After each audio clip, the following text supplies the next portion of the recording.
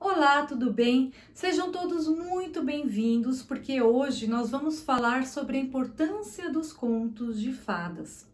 Até porque os contos de fadas, eles estão começando a ser considerados por algumas pessoas, inclusive pais e educadores, como sendo irreais, falsos e cheios de crueldade, quando na verdade eles são para nós e até mesmo para as crianças, principalmente, o que é de mais real.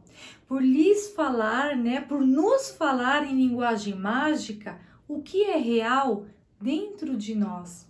E isso fica muito mais evidente quando essas histórias se situam na terra do nunca, ou era uma vez um país muito longe, ou ainda numa época em que os bichos ainda falavam, evidenciando assim que não se trata nem do aqui e nem do agora, mas de um território bem fora do nosso tempo e do nosso espaço. E se nós analisarmos os adultos que são grandes leitores, nós vamos perceber que eles tiveram uma infância diferenciada, ou porque a eles eram contadas histórias com uma maior afetividade, ou porque a eles eram dados livros com grande entusiasmo, ou seja, de uma maneira, eles tiveram uma infância onde eles pudessem transitar pelos livros e pela imaginação. E conversando com alguns adultos, que se tornaram leitores assíduos já nessa fase adulta, eles acabaram me relatando que foi devido à influência ou de seus filhos, ou de seus netos, ou de alguém próximo, através das histórias relacionadas aos contos de fadas. E isso fez com que eles chamassem tanta atenção que eles não parassem mais de ler, Logicamente que depois eles foram partindo para outros tipos de literatura, mas que os contos de fadas que deram início a eles quererem de fato serem grandes leitores, mostrando assim que os contos de fadas são sim um grande incentivo à leitura. E o mais interessante é nós sabermos quando foi que esses contos de fadas eles surgiram. Sabe por quê? Porque foi nos convencionado uma data que é do século XVII, na França, com Charles Perrault, onde nos diz que foi exatamente nesse período que nós tivemos o surgimento da literatura infantil. Mas os contos de fadas, assim como as fábulas, os mitos e as lendas, provavelmente surgiram juntamente com a humanidade. Por quê? Porque o ser humano, ele sempre sentiu a necessidade de criar histórias fantasiosas que pudessem suprir com esse vazio dessas nossas vidas finitas. E conforme nós sabemos, lá no século VI a.C., nós vamos ter as fábulas de quem? Nós vamos ter as fábulas de Êxopo. Há muitas controvérsias em relação à biografia de Êxopo, mas aqui a mais aceitável é que Êxopo tenha sido um escravo grego que se utilizava das situações mais simples da vida para expor as injustiças sofridas tanto a ele quanto aos seus contemporâneos. E também, o que foi que aconteceu? No decorrer da história, diversos outros escritores acabaram contextualizando essas fábulas de acordo com o tempo e a cultura que se havia alcançado, como é o caso de La Fontaine. La Fontaine também é da França no século XVII.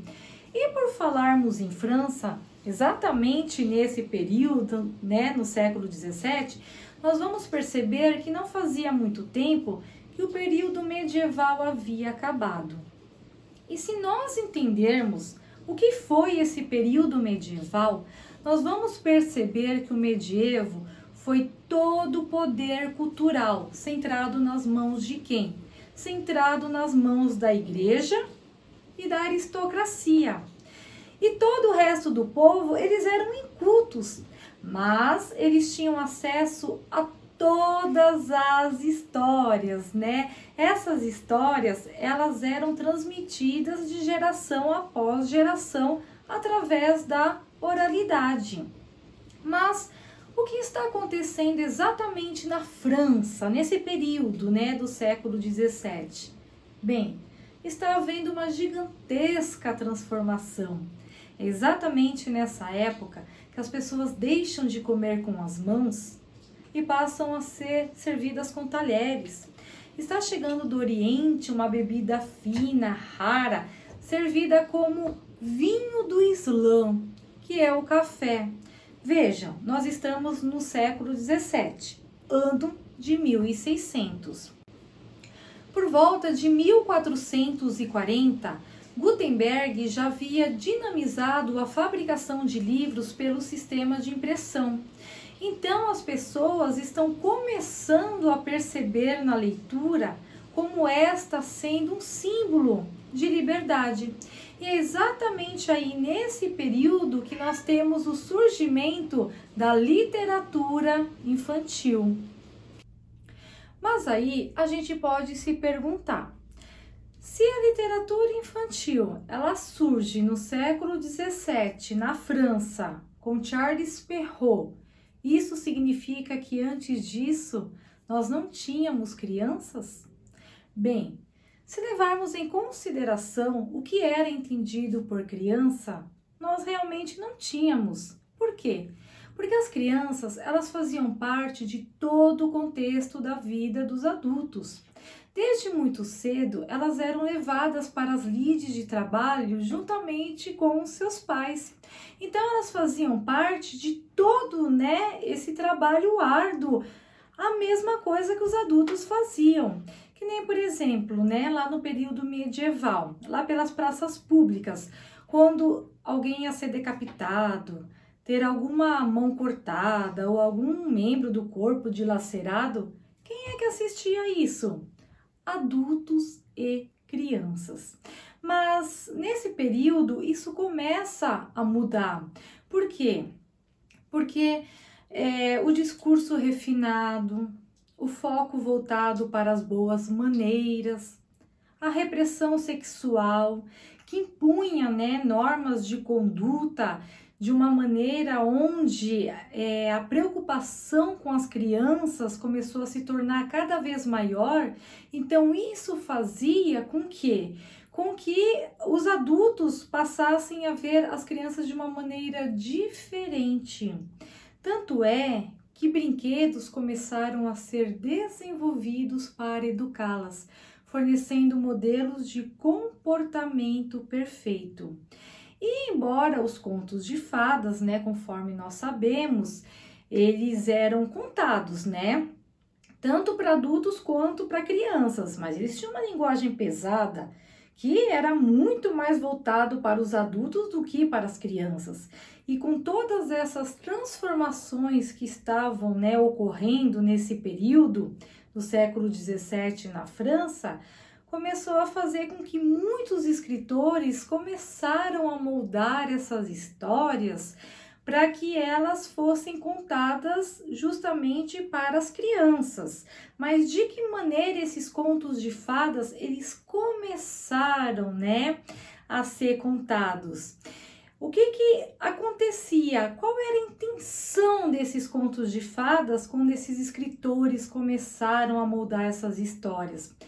Era a intenção de que esses contos de fadas passassem a carregar uma ideologia, a ideologia de que eles precisariam estar preparando essas crianças para que eles futuramente começassem a cumprir com seus papéis sociais.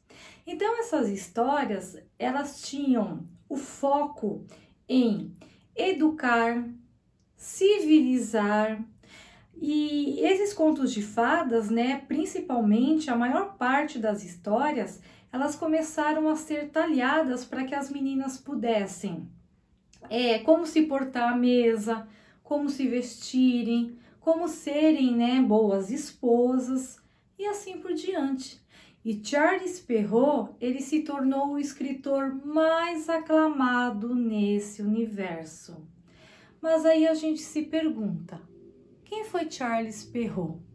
Bem, Charles Perrault nasceu na França, né? E ele nasceu de uma família ilustre, que deixou uma marca duradoura no serviço civil francês. Charles Perrault, ele era filho de um membro do parlamento. Então, tanto Perrault, juntamente com seus 4 irmãos, eles se distinguiam em áreas que ia desde a arquitetura até o direito. E Perrault, logo depois que ele se formou em direito, ele foi trabalhar para Jean-Baptiste Colbert. Quem era esse? Ele era o mais influente ministro da França. Para vocês terem uma ideia, ele era o braço direito do rei Luís XIV, também conhecido como Rei Sol, né, pelas suas enormes extravagâncias. Então, o Perrault, ele foi designado para trabalhar no departamento de construções. E ali ele ficou encarregado para escolher os arquitetos que iriam projetar o Palácio de Versalhes. Imaginem quem eram esses arquitetos.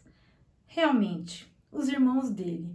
Qualquer semelhança, né, com a nossa realidade é mera coincidência. Mas enfim, se na vida de Perrault ia tudo às 1001 maravilhas, infelizmente, na vida pessoal dele não fez com que ele tivesse a mesma sorte. Por quê? Porque Perrault, ele já se casou tarde. E logo depois que ele se casou com a Marie Guichon, né, assim que ela foi dar à luz ao 3º filho deles, infelizmente ela acaba falecendo. E Perrault, ele fica muito triste, né, se vendo viúvo, com 3 filhos pequenos para criar. Aí o que Perrault ele começou a fazer? Ele começou a participar mais lá dos salões, né, de festas com recitais de contos de fadas que eram promovidos pela sua sobrinha, Mademoiselle L'Héritier, e por uma amiga sua, né, conhecida como Madame Dunois. Então, o que eles faziam? Eles contavam, né, essas histórias. E como que eram trazidas essas histórias? Elas eram trazidas pelos próprios camponeses do palácio. Só que eles refinavam, né? Eles faziam todo uma transformação com essas histórias a fim de que elas fossem contadas com um maior estilo. E o que Perrault ele começou a fazer? Ele começou a retirar esses contos da oralidade e começou a escrevê-los. E quais eram esses contos? O Barba Azul, o Gato de Botas, a Bela Adormecida, Chapeuzinho Vermelho, o Pequeno Polegar. Tanto é que ele acabou fazendo uma coletânea, né? Que acabou surgindo, o nome dessa coletânea acabou sendo Os Contos da Mamãe Gansa. Então, Perrault, ele tirava essas histórias, né, da oralidade, escrevia, porém, o que ele fazia? Por esses contos, né, chegarem assim mais grotescos, com uma linguagem bem burlesca mesmo, ele acabava os refinando. Por quê? Porque tudo em nome das noções de civilidade, do foco voltado para as boas maneiras, né? A repressão sexual que impunha normas definidas de conduta. Vejam, essas histórias, elas começaram a ser implantadas no centro de uma nova cultura literária, numa cultura que pretendia educar, socializar, civilizar, preparar essas crianças para que futuramente elas conseguissem desempenhar muito bem com seus, né, papéis sociais. Para vocês terem uma ideia, a versão da Chapeuzinho Vermelho, do Charles Perrault, não tem direito a final feliz. Por quê? Porque a menina, ela desobedeceu. E aí, o que acontece? Por ela ter desobedecido a sua mãe, tanto ela como a sua vovozinha acabam sofrendo as consequências. E elas são devoradas pelo lobo. Cinderela, por exemplo, conquistou tão perfeitamente a imaginação, né, de jovens, adultos e crianças, que se tornou o conto, né, que a Walt Disney escolheu para projetar o seu filme de longa-metragem. Então, o conto da Cinderela, ela é aquela heroína perseguida que acaba encontrando a sua felicidade através de valsas e vestidos.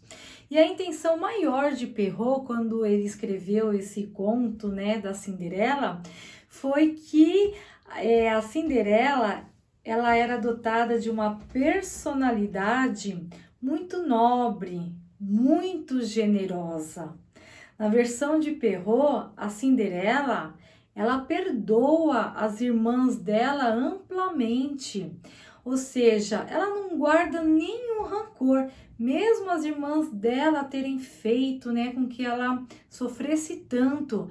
Mas ela até ajuda essas irmãs a se casarem lá com alguns cavaleiros do palácio. E Perrault, ele sabia lá que havia, né, muitas picuinhas, muitas inimizades, muitas fofoquinhas entre as moças do palácio. Então a Cinderela era justamente para fornecer esse modelo de comportamento perfeito, né? De minimizar as inimizades, de fazer com que as moças realmente se comportassem, tivessem essa mesma personalidade igualzinha à da Cinderela.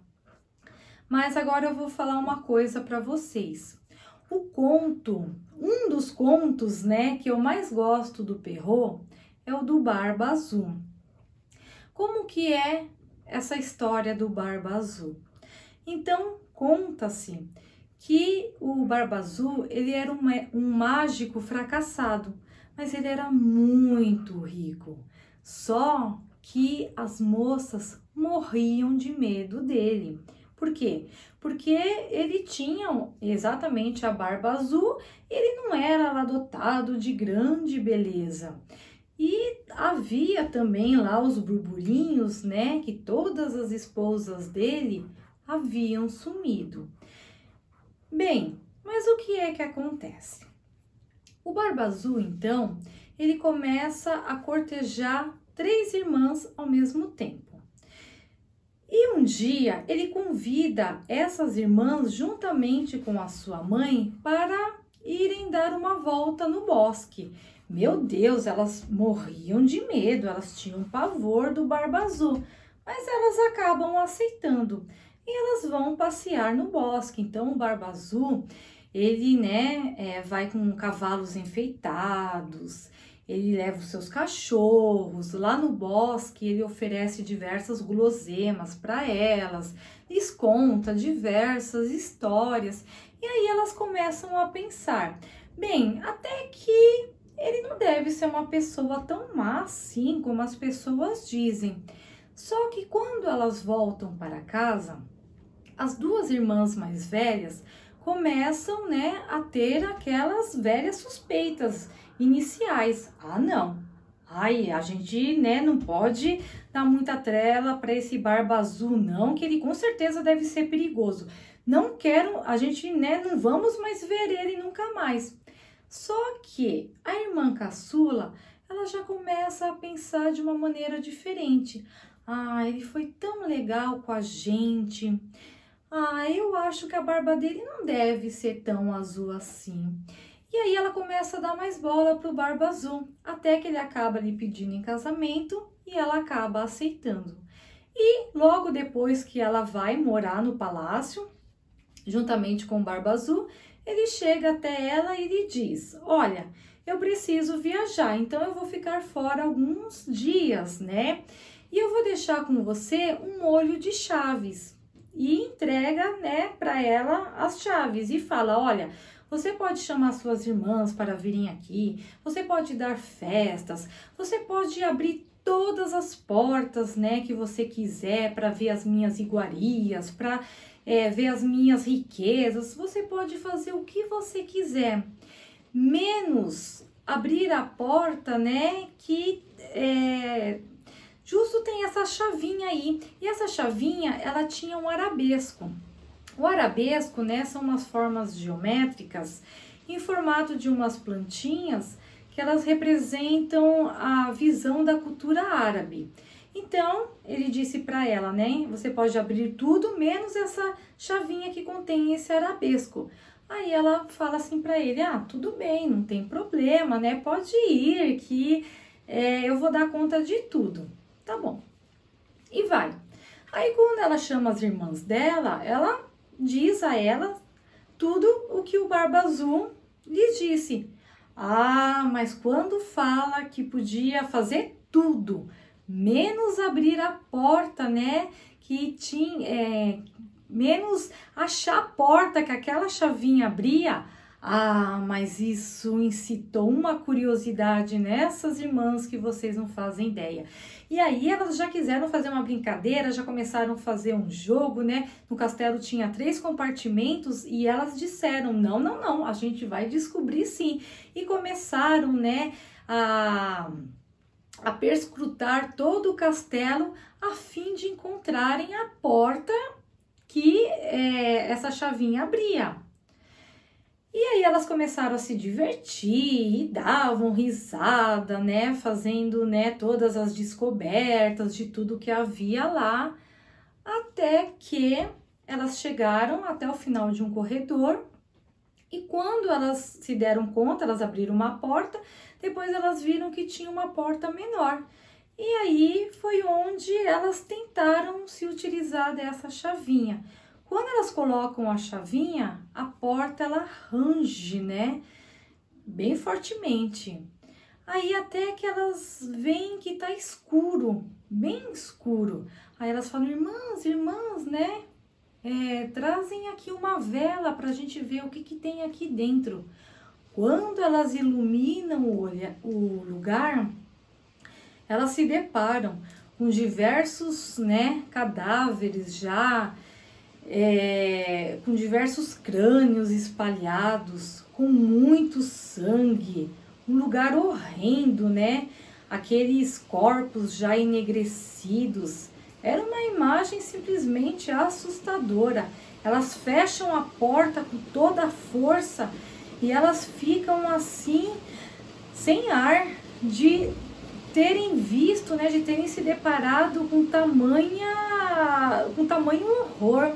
Só que tem um porém, mesmo elas ofegantes, né, com muito medo, a chavinha começou a sair sangue, né?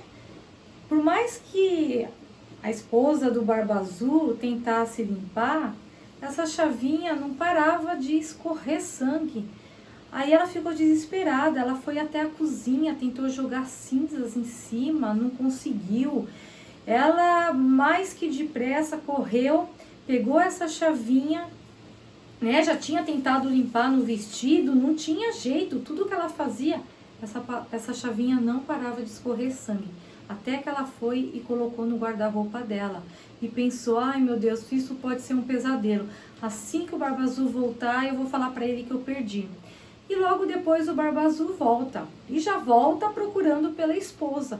E aí ela já vem, né, meio apreensiva, meio tensa. E ele pergunta, foi tudo bem aqui? Aí ela diz, foi sim. E onde estão meus molhos de chaves? Aí ela entrega para eles e logo ele já percebe. E cadê a chavinha que tem um arabesco? Onde ela se encontra? Aí ela fala, eu fui andar de cavalo e eu perdi. Ele, mentira, me dá essa chave, você está mentindo. E aí ela fica meio relutante até que ela vai até o guarda-roupa e quando eles abrem a porta, todos os vestidos lá estão manchados de sangue. Então o Barba Azul lhe diz, chegou a sua hora, agora você vai morrer. Ela, né, fica desesperada, mas aí ela tenta, né, se concentrar e pede 15 minutos. 15 minutos para que ela possa se conciliar com Deus e possa morrer em paz. Bem, ele lhe concede esses 15 minutos. E ela vai até, né, ao topo do castelo e, em vez dela se ajoelhar e orar, ela pergunta às irmãs dela: irmãs, irmãs, vocês estão vendo os nossos irmãos vindo? E as irmãs dizem: não, não estamos. E o Barba Azul: ande, desça logo aqui que eu vou te matar agora. E aí ela desesperada, né? E mais uma vez ela pergunta: irmãs, irmãs, vocês estão vendo os nossos irmãos? E elas: não, não estamos vendo. Até que o Barba Azul grita mais uma vez e fala: chega, já deu o seu tempo, agora eu vou te buscar e você vai morrer. Até que ela pergunta novamente para as irmãs: irmãs, irmãs, vocês estão vendo nossos irmãos? E elas respondem: sim, estamos, a gente já está vendo ao longe. Só que o Barba Azul, nesse meio período, ele já começa a ir até ela. E as pisadas dele eram tão fortes, mas tão fortes, que os pisos lá do castelo começaram a se soltar. Mas no instante em que ele ia tocá-la para matá-la, esses irmãos chegam com os cavalos, já entram lá todos esbaforidos no castelo, já pegam o Barba Azul, já o matam, já o esquartejam e já jogam lá para os abutres, né? E assim termina essa história, que no caso acaba sendo um final feliz, porque o Barba Azul acaba morrendo e ela acaba, né, ficando com toda a riqueza, as suas irmãs também, e acabam morando lá no castelo. Mas enfim, como nós vamos dar sequência, né, à trajetória nos contos de fadas, nós não vamos deter em uma análise mais profunda desse conto do Barba Azul, porque isso eu vou deixar para um próximo vídeo, tá? Onde nós iremos analisar essa história, porque é uma história fantástica, principalmente quando nós analisamos de uma maneira psicológica, de uma maneira psicanalítica, né? Vamos examinando partes por partes dela. E assim nós encerramos, né, o surgimento da literatura infantil no século XVII na França com Charles Perrault. E agora nós vamos para o século XIX, na Alemanha. Com quem? Exatamente com os irmãos Grimm. Irmãos Grimm. Quem foram esses irmãos Grimm? Jacob e Wilhelm Grimm. Eles são os irmãos mais velhos de 6 irmãos. Eles nascem em Hanau, perto de Frankfurt.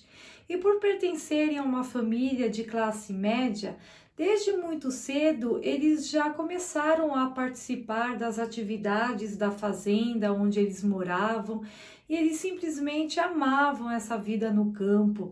Eles também gostavam muito de ouvir as histórias que eram contadas, né, pelos camponeses que ali frequentavam, histórias estas muitas vezes carregadas de superstições. E o pai deles era um advogado renomado, muitas vezes até mesmo exercendo lá a função de juiz. E esses irmãos, eles foram criados debaixo de uma educação extremamente rigorosa, né? Uma educação carregada de diversos princípios morais e do senso de justiça do protestantismo. Bem, mas infelizmente quando Jacob tinha 11 anos e Wilhelm 10, infelizmente o pai deles acaba falecendo. Vejam, naquela época não havia pensão alimentícia e muito menos seguro de vida. Então eles ficam numa situação bem precária. Mas com a ajuda de alguns parentes, né, os irmãos Grimm, eles são enviados para estudar em Kassel, que ficava mais ou menos, quer dizer, que fica, né, mais ou menos uns 600 quilômetros de Hanau. E sempre que esses irmãos, eles podiam vir, né, para suas casas, e eles faziam aqueles trajetos, né, de idas e vindas, eles podiam observar aqueles castelos gigantescos, né, aqueles castelos medievais, e era onde eles ficavam relembrando a infância deles, relembrando as muitas histórias que eles também haviam ouvido. E o mais interessante é que esses irmãos, eles eram muito unidos e esforçados. Eles chegavam a estudar 12 horas por dia. E mesmo em tempos difíceis, quando até mesmo eles eram marginalizados por alguns colegas e professores, né, por serem mais pobres do que ali frequentavam na universidade, mesmo assim eles mantinham uma postura íntegra e serena.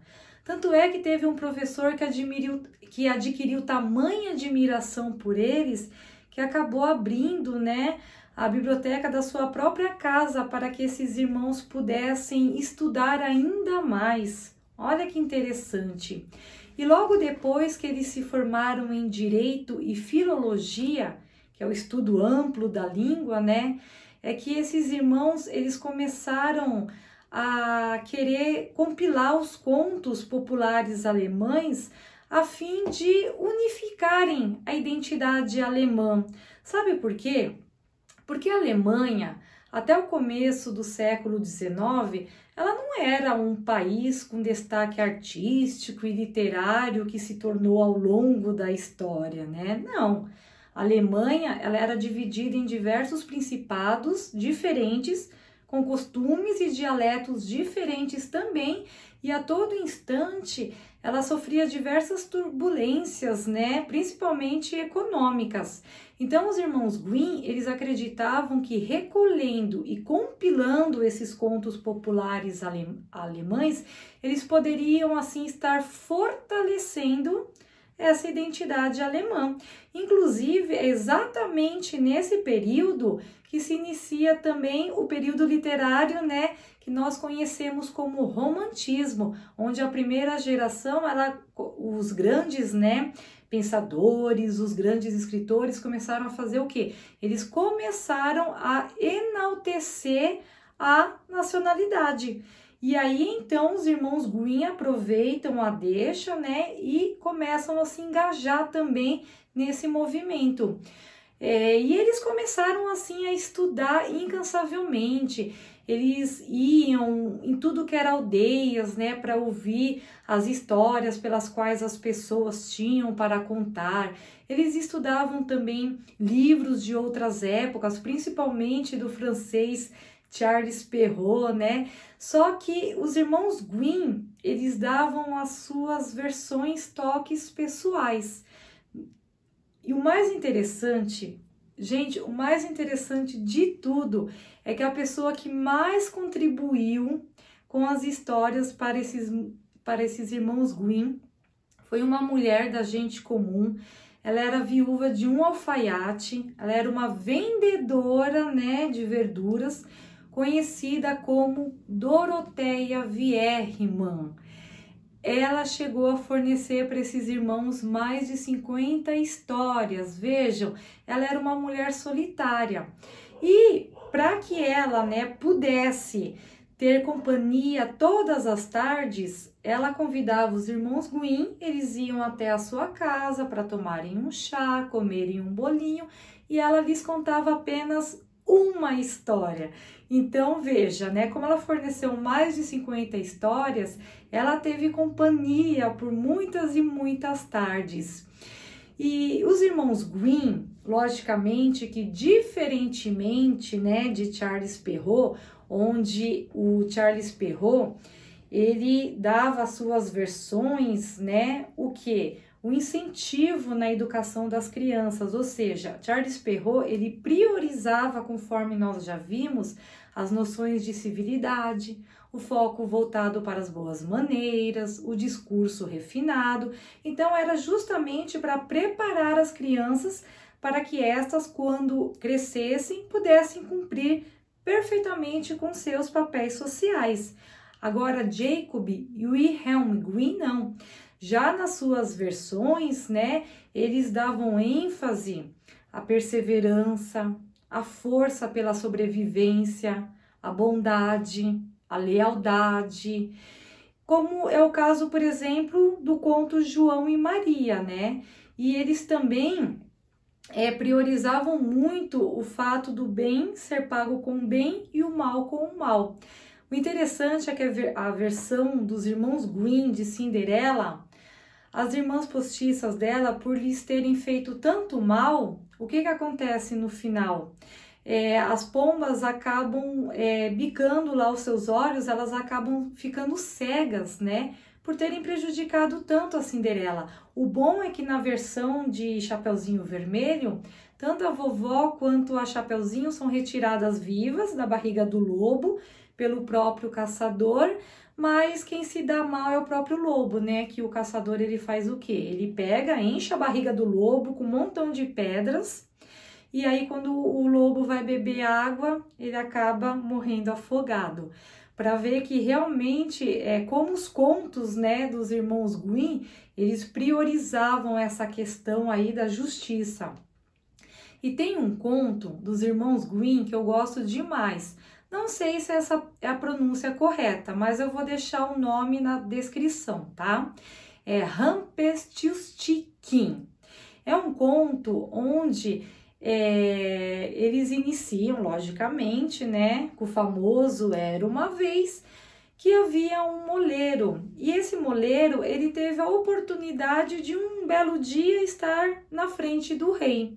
E não sabe-se por que lá razão ele quis se exibir, ele tinha uma filha muito bonita. E ele disse para o rei que além da filha dele ser muito bonita, ela também transformava a palha em ouro.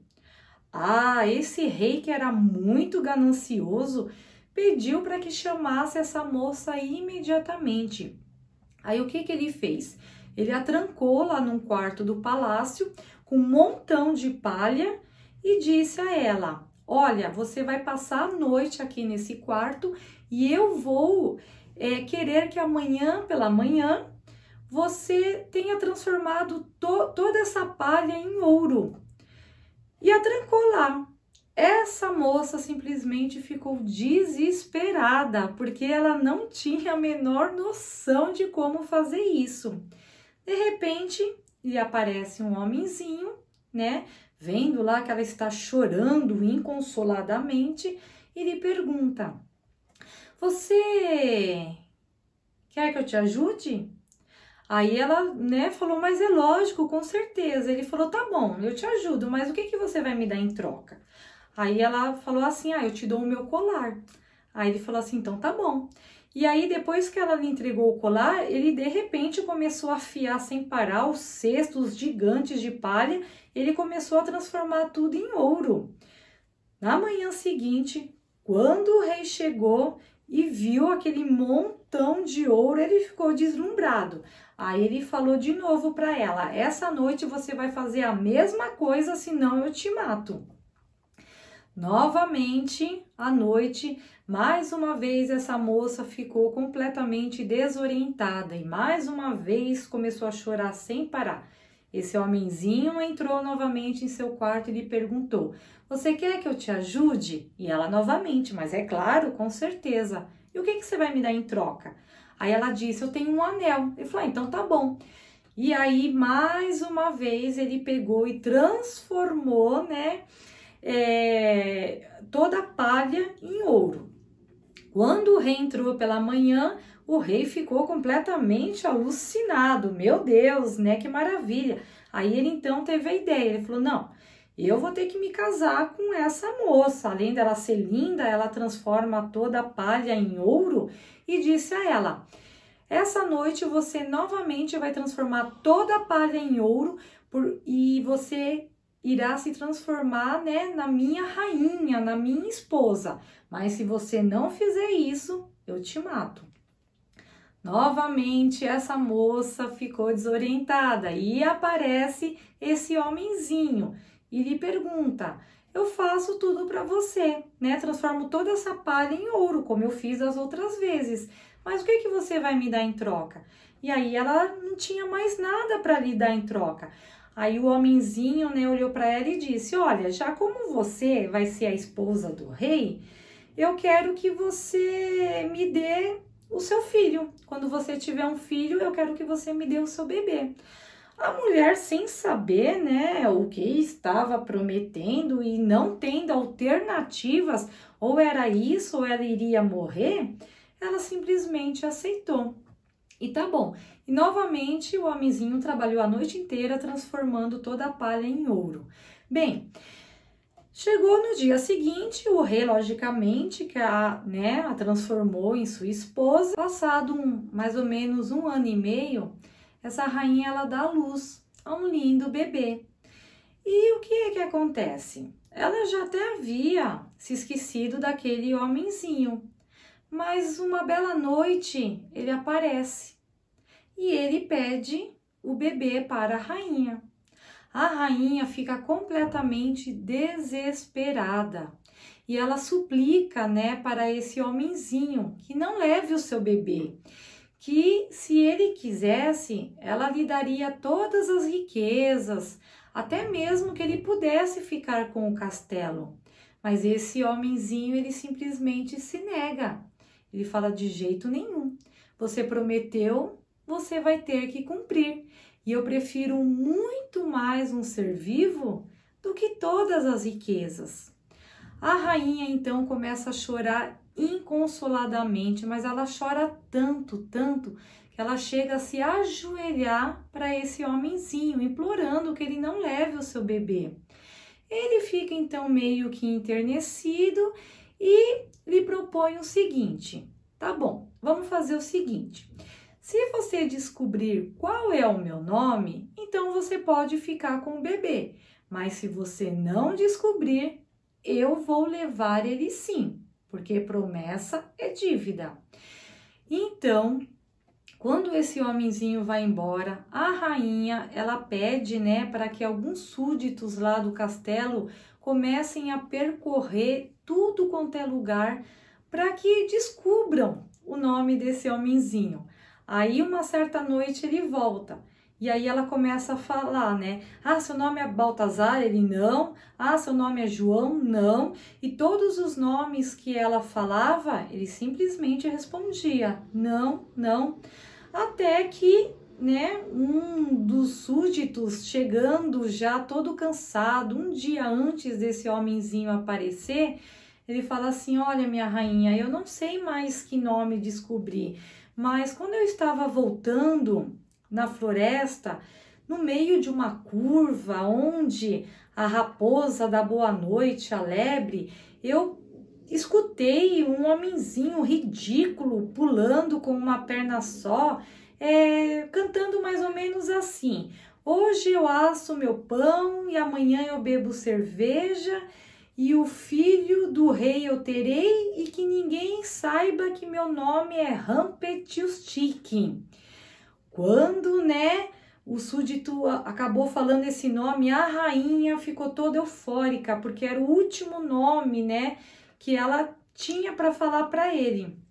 E quando ele reaparece e pergunta: você sabe qual é meu nome? E ela lhe diz: Rumpelstiltskin. Esse homenzinho começa a saltitar desesperado. Foi o diabo que lhe contou, foi o diabo que lhe contou. E ele se agarra na sua perna e acaba, se dissolvendo. Ele simplesmente desaparece. Ou seja, acaba tendo, um final feliz. E aí nós podemos perceber o que? A valorização do ser humano, em detrimento a todas as riquezas. E muitas vezes as promessas impensadas que nós fazemos no decorrer da vida e acabamos tendo que pagar o preço, mas que porventura nós acabamos tendo uma certa redenção. Então esse é um conto dos irmãos Grimm que eu gosto muito. E por aqui nós ficamos com os irmãos Grimm, mas agora iremos falar, sabe de quem? De Hans Christian Andersen. Ainda no século XIX, mas agora na Dinamarca, nós vamos ter Hans Christian Andersen. Quem foi Hans Christian Andersen? Esse sim nós podemos dizer que foi o maior escritor dos contos de fadas, porque diferentemente de Charles Perrault e dos irmãos Grimm, Andersen ele reivindicava a autoria de seus contos, dizendo, né, que alguns dos contos pelos quais ele havia escrito, logicamente eram aqueles contos, né, que ele havia ouvido na infância ou de contos já pré-existentes. Mas Andersen foi capaz de escrever quase que 150 contos, né? Contos estes de sua própria autoria. Mas quem foi Hans Christian Andersen? Bem, filho de um sapateiro que tinha apenas 22 anos e de uma lavadeira bem mais velha e com diversos problemas psiquiátricos, Andersen ele nasceu no dia 2 de abril de 1805 na Dinamarca. E eles eram muitíssimo pobres. Tanto é que eles viviam apenas em um quarto, né? Um quarto bem pequenininho mesmo, onde nesse mesmo quarto o seu pai ele trabalhava, né? Ele exercia a função dele de sapateiro. E o seu pai, ele era muito carinhoso com o Andersen, né? Ele sempre procurava entretê-lo com as caixas de sapato lá. Ele fazia diversos teatrinhos de fantoche, contando para o Andersen as fábulas de La Fontaine, né? As histórias lá das 1001 Noites. Então, o seu pai sempre procurava entretê-lo. Só que, apesar de tudo isso, Andersen, ele era um menino muito emotivo e tímido. Por quê? Porque diversos colegas seus, inclusive até mesmo adultos, zombavam dele, porque ele era muito alto, ele tinha uma voz muito fina e, né, diziam que ele tinha traços considerados femininos demais. Então, tudo isso fazia com que Andersen ele ficasse muito tímido e irritado, devido a ele ser motivo, né, de zombaria. E, infelizmente, Andersen, né, ele ficou mais triste ainda, porque o seu pai acabou falecendo quando ele tinha apenas 11 anos de idade. Aí, a situação da família, que já era ruim financeiramente, acabou piorando ainda mais. Tanto é que Andersen, né, ele com essa idade ainda, aos 11 anos, ele precisou ir trabalhar como aprendiz de alfaiate e depois ele foi ser operário numa fábrica de fumo. Mas Andersen, ele tinha um sonho. Ele tinha um sonho de ser ator e cantor. E quando ele completou exatamente 14 anos de idade, o que ele fez? Ele foi tentar a sorte. Ele foi para Copenhague, na capital da Dinamarca, porque ele queria de fato, né, ser cantor e ator. Ele estava disposto a enfrentar todos os tipos de dificuldades para conseguir o que realmente ele queria ser. Só que não foi nada fácil. Andersen, ele sofreu diversos tipos de privações. Vejam, a Dinamarca é um país muito frio. Ele passou frio, ele passou fome. Ele ia lá, né, fazer as encenações e tudo mais para que ele fosse aprovado. E ele ia para diversos teatros, né, para fazer os testes. E ele era simplesmente ridicularizado. As pessoas zombavam dele. E depois de diversas tentativas, um belo dia ele acabou indo para um teatro real. Nesse teatro real, um dos diretores, ele era um próspero oficial do governo. E ele acabou, né, vendo lá o desempenho de Andersen e ele viu que Andersen tinha um gigantesco potencial. E o que ele fez? Ele acabou adotando Andersen, custeou todos os seus estudos, né? Então, Andersen acabou, de fato, tendo uma sorte inesperada. E aí, então, a partir de 1829, o talento de Andersen, ele vem à tona. Primeiro, ele escreve uma coleção de poemas, né? Dedicado a Riborg Voig. Quem que foi Riborg Voig? Riborg Voig era uma moça que ela era noiva de um farmacêutico local. Então, o que aconteceu? Andersen, ele era apaixonado por ela, mas eles nunca se casaram. Mas quando Andersen faleceu em 1875, encontraram, né, pendurado no seu pescoço, uma pochete de couro contendo diversas cartas, né, de Riborg Voig. mostrando assim que Andersen, de fato, ele era um romântico solitário. Apesar de Andersen nunca ter se casado, né? Mas o que ele fez? Ele não se casou, mas ele derramou todo o seu lirismo, todo o seu romantismo em seus mais belos textos. Tanto é que em 1835 ele acaba escrevendo o seu primeiro livro, né? Que é um livro autobiográfico que se chama O Improvisador. Esse livro conta a história de um menino que acaba encontrando seu lugar ao sol, ou seja, a própria história de Andersen, né? E entre 1835, né, logo depois que Andersen ele escreveu esse livro autobiográfico, até 1872, aí sim ele continuou escrevendo diversos contos. Ele dedicou-se, né, à escrita dos mais diversos contos.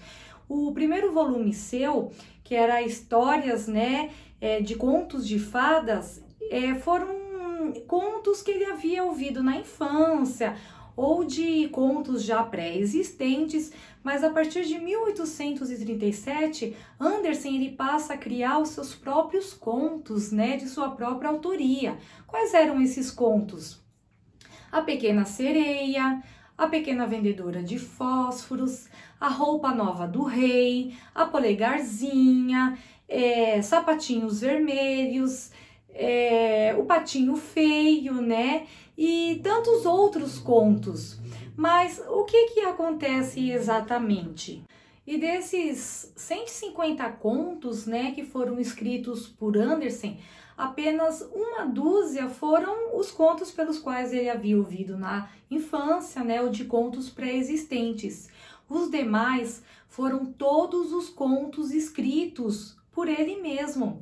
Tanto é que é exatamente por isso que Andersen é considerado, né, o escritor dos contos de fadas modernos.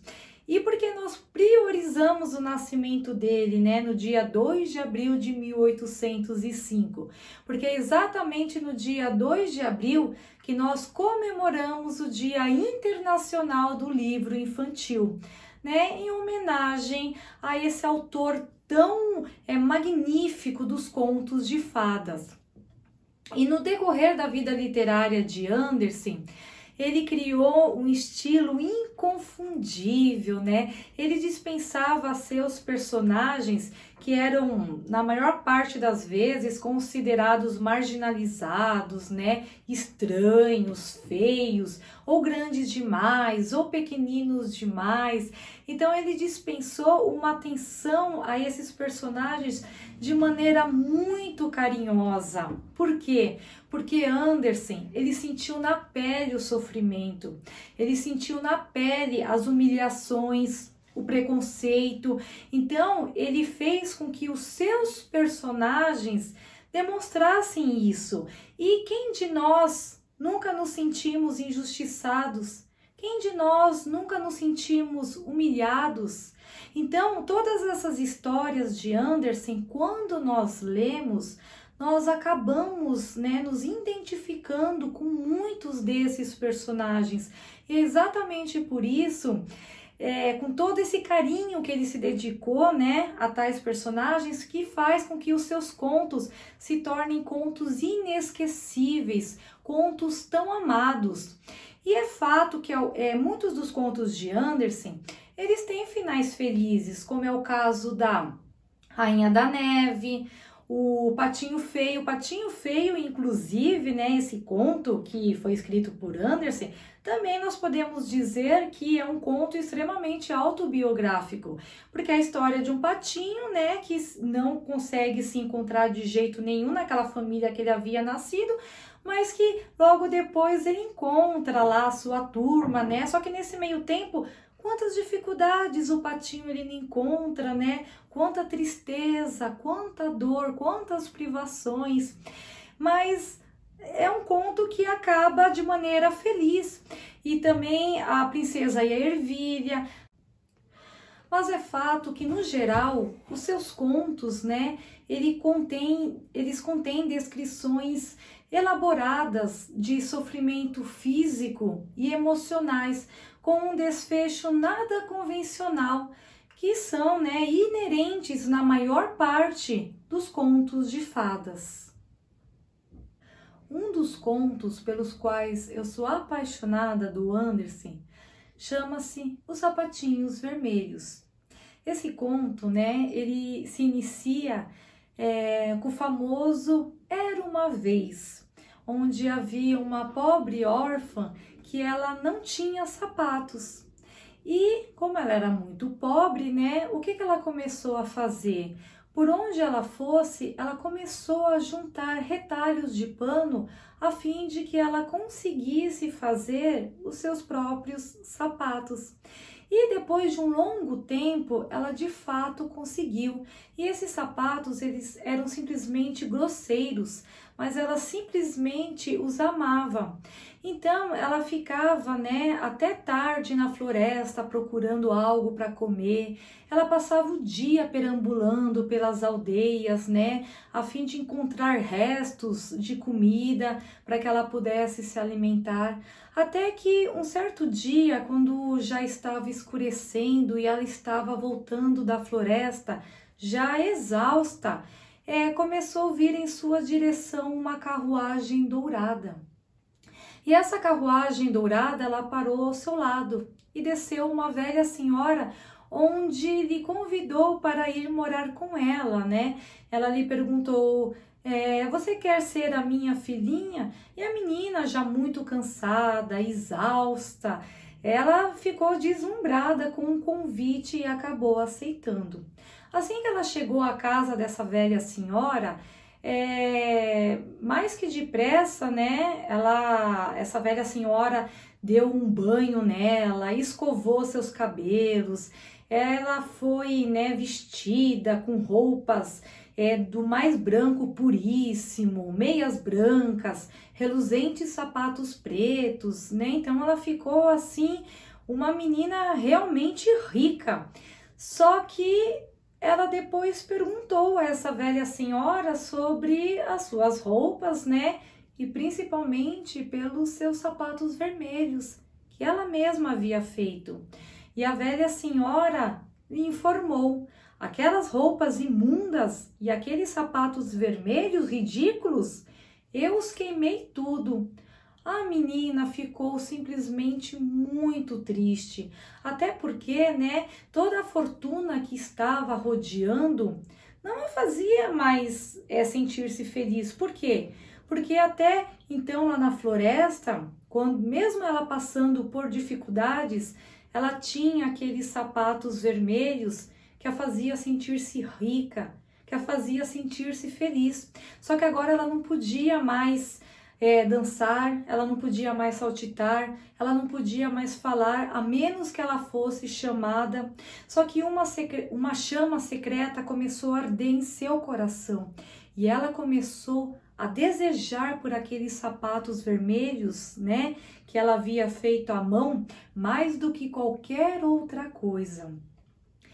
Ela então estava numa idade, né, para ser crismada. E como já estava perto o dia do sacramento, a velha senhora a levou a um velho sapateiro lá aleijado, a fim de que comprasse, né, um lindo par de sapatos pretos para que ela pudesse usar nessa ocasião. Mas quando ela chegou na loja, ela viu o quê? Ela viu um reluzente par de sapatos vermelhos. Só que sapatos vermelhos, para serem usados naquela época, principalmente para se ir à igreja, eles eram escandalosos demais. Só que a menina, ela só desejava aqueles sapatos vermelhos, porque ela não sabia decidir de outra maneira, a não ser que fosse com aquele seu coração faminto, ansioso, desejoso por aqueles sapatos vermelhos. E como a vista da velha senhora já estava muito fraca, a menina acabou pedindo para que o sapateiro, né, embrulhasse esses sapatos. Ele piscou para ela e os embrulhou, e a senhora nem viu. Chegando no domingo, né, quando foi o dia lá da igreja, a menina entrou e simplesmente as pessoas lá da congregação já começaram a lançar aqueles olhares reprovadores. Até os ícones da igreja, né, começaram a olhar para os sapatos da menina e não se falava em outra coisa a não ser sobre aqueles sapatos vermelhos extremamente escandalosos. E quando o pastor começou a salmodiar, o coro a cantarolar, né, o que foi que aconteceu? A menina não estava nem ligando para nada. Nada lhe interessava, a não ser ficar deslumbrada, olhando para aquele seu par de sapatos vermelhos. Mas assim que terminou o culto, a velha senhora já estava informada, né, para os próprios lá congregantes, que a menina de fato estava com um sapato extremamente escandaloso, aqueles sapatos vermelhos. A velha senhora ficou muito nervosa. Assim que eles foram para casa, a velha senhora advertiu: nunca mais use esses sapatos vermelhos. Mas quando chegou, né, a semana seguinte, novamente o dia de se ir para a igreja, a menina novamente pegou os sapatos vermelhos e foi para a igreja. Chegando na igreja, né, na porta lá havia um velho soldado com um braço machucado, né, numa tipóia, que ele fez uma mesura para a menina, estendeu os pés e ele tamborilou uma musiquinha. A menina, então, ela começou a saltitar, ela começou a dançar. A velha senhora, percebendo o que estava acontecendo, tentou correr atrás para pegar a menina, porque ela não parava mais de dançar. O cocheiro, né, da carruagem precisou sair para também ajudar e foram chapéus voando, pernas escoiceando, né? Tudo para tentar pegar, tirar os sapatos da menina. E novamente a velha senhora advertiu de que não era mais para usar esses sapatos vermelhos. No entanto, no terceiro domingo, né? O que foi que aconteceu? Eles pegaram e essa velha senhora, ela simplesmente não deu para ela ir à igreja, porque ela estava doente. Ela simplesmente adoeceu. E quando o médico, né, ele saiu, a menina mais que depressa foi até o quarto onde estavam esses sapatos, em cima de uma prateleira, e ela fixou seu olhar neles. E novamente aqueles sapatos reluziam, como, né, ameixas tingidas de ouro, como maçãs polidas, como corações. E ela não pensava em mais nada, a não ser pegar aqueles sapatos vermelhos e acalçá-los, na intenção de que ela fosse apenas deslumbrá-los, de que eles não fariam mal algum. Só que quando ela vestiu esses sapatos, eles simplesmente, né, começaram a fazer com que ela dançasse. E quando ela começou a dançar, ela se sentiu assim em glória, né? Como ela estava agora feliz, ela de fato tinha calçado seus sapatos vermelhos e ela poderia dançar à vontade, onde quer que ela quisesse. Só que de repente ela desceu escadas abaixo e acabou até mesmo saindo da casa e dançando lá perto das cercas. Só que até então era uma dança prazerosa, né? Extremamente aprazível. Só que em um determinado momento ela quis dançar para a direita e seus pés começaram a ir para a esquerda. Ela tentou dançar em círculos e os sapatos começaram a levá-la em linha reta, até que ela percebeu que de fato ela estava numa situação perigosa.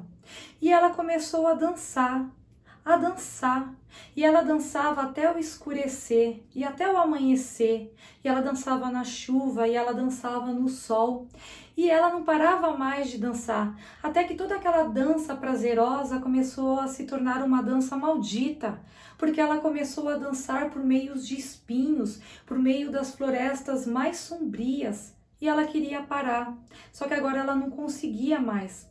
Até que ela passou dançando, né, perto de um adro de uma igreja, onde um espírito guardião disse-lhe: você vai dançar até morrer, até os seus ossos ficarem suspensos, até sobrarem somente entranhas de você. E ela suplicou, né, para que ele pudesse deixá-la entrar. E ele disse: não, aqui você não vai entrar. E se você começar a dançar pelas aldeias, você baterá 3 vezes a cada porta e as pessoas não abrirão porque vão temer que você, né, que seu espírito se abata também sobre elas. Ou seja, a menina ela já estava exausta, dançando a dança maldita, até que ela passou novamente por perto da casa, né, onde ela morava, e ela viu que já estava tendo o funeral da velha senhora. Ela havia morrido e ela não pôde parar. Ela continuou dançando, porque os sapatos vermelhos agora não a deixavam mais em paz. Eles passaram a dominá-la completamente, até que ela entrou na floresta onde morava o carrasco da cidade. E ela lhe suplicou, né, por favor, tire esses sapatos vermelhos de mim. E o machado na parede começou a estalar e o carrasco, mesmo sendo carrasco, ele não queria machucar a menina, mas não teve jeito. Ele precisou lhe cortar os pés, até mesmo a pedido dela. Ela lhe disse, né, pode amputar os meus pés, minha vida já não vale mais nada mesmo. E foi exatamente isso que ele fez, para que ela não dançasse mais sem parar, né? Ele mesmo viu que ela já estava exausta, que ela não estava aguentando mais. E então, a partir daí, ela nunca mais ansiou, nem almejou pelos sapatos vermelhos. Ela passou a ser, né, a trabalhar em casas de família como criada. Agora ela estava aleijada, nem sapatos mais ela poderia usar. E assim nós encerramos, né, esse conto de fadas do Hans Christian Andersen, onde a protagonista principal ela não consegue, né, tecer o seu papel da transformação. E geralmente nos contos do Andersen, né, nós observamos bastante isso. Só que nesse vídeo nós iremos finalizar, devido nós já termos, né, analisado a trajetória dos contos de fadas com o Charles Perrault, com os irmãos Grimm e chegando até o Hans Christian Andersen, porque nos próximos vídeos nós iremos detalhar mais sobre esses contos, sendo que muitos deles, inclusive, nós podemos analisá-lo de maneira psicológica, de maneira que realmente, até para nós adultos, eles são de suma importância, porque de fato os contos de fadas, eles fazem parte, né, de todo o nosso contexto cultural, literário, histórico, geográfico, moral, espiritual, né, eles são de suma importância. Por isso que cada um de nós nos refestelemos em nossas poltronas preferidas, que nós nos aconcheguemos em nossos lugares prediletos, a fim de que nós possamos desfrutar intensamente, né, nos mais diversos contos de fadas. E se você gostou do vídeo, não deixe de dar o seu like e se inscrever, para que você consiga, né, receber as próximas notificações relacionadas aos contos de fadas. Um grande beijo e até a próxima. Tchau!